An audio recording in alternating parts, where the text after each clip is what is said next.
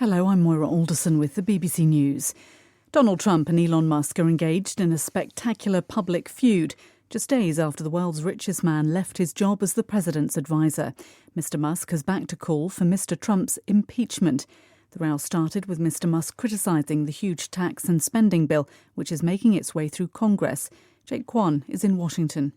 Elon is somebody who holds a lot of influence, and he has been influential in Washington exactly with that. He was threatening to put pressure on these Republican lawmakers to vote against this bill. He's been urging them quite explicitly. And he did commit, millions of dollars. He did promise that he will spend another $100 million to help these lawmakers get reelected. So he could, easily take that money away or start funding people who are opposing Mr. Trump's agenda. Shares in Elon Musk's electric vehicle firm Tesla have plunged more than 14% in the wake of his row with Donald Trump. The company's lost around $150 billion in value in a matter of hours. Here's our technology correspondent, Lily Jamali.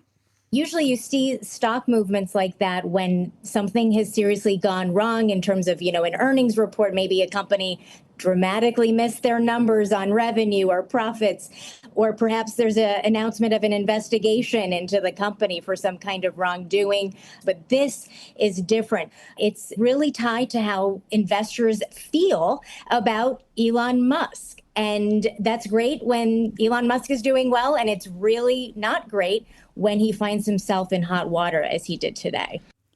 Lily Jamali with that report. Benjamin Netanyahu has confirmed that Israel has armed a Palestinian militia in Gaza opposed to Hamas.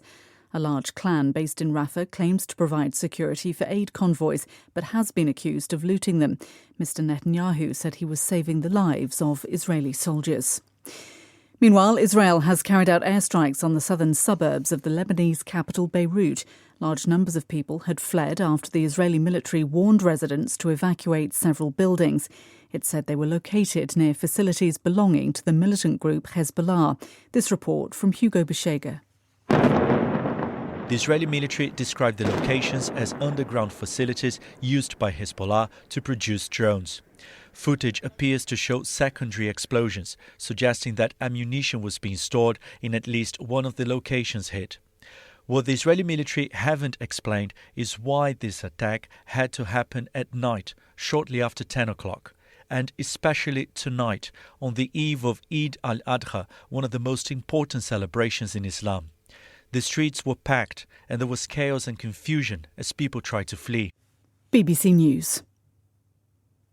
Ukraine has issued an air raid alert throughout the country, with drone attacks reported in Kyiv as well as northern and central regions. Military authorities in the capital said air defence units were in action and drones were approaching from various directions.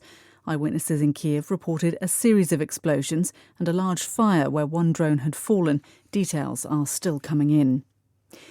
Police in Brazil have questioned the former president Jair Bolsonaro as part of an inquiry into his son's campaign for the US to impose sanctions on a Brazilian Supreme Court judge.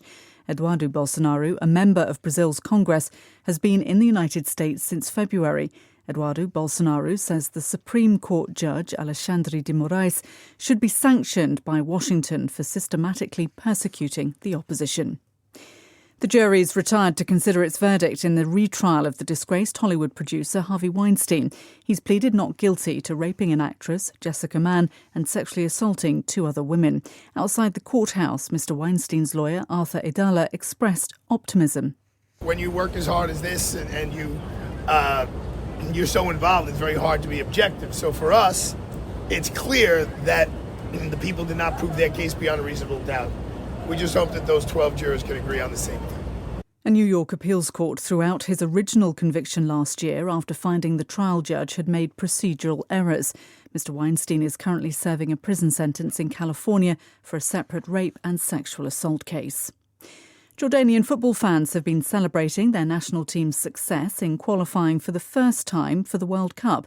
There were traffic jams in the capital, Amman, and elsewhere as flag-waving supporters converged on city centres. Jordan went through after beating Oman 3-0. Uzbekistan also qualified for the first time. Next year's World Cup tournament will be held in Canada, Mexico and the US. BBC News.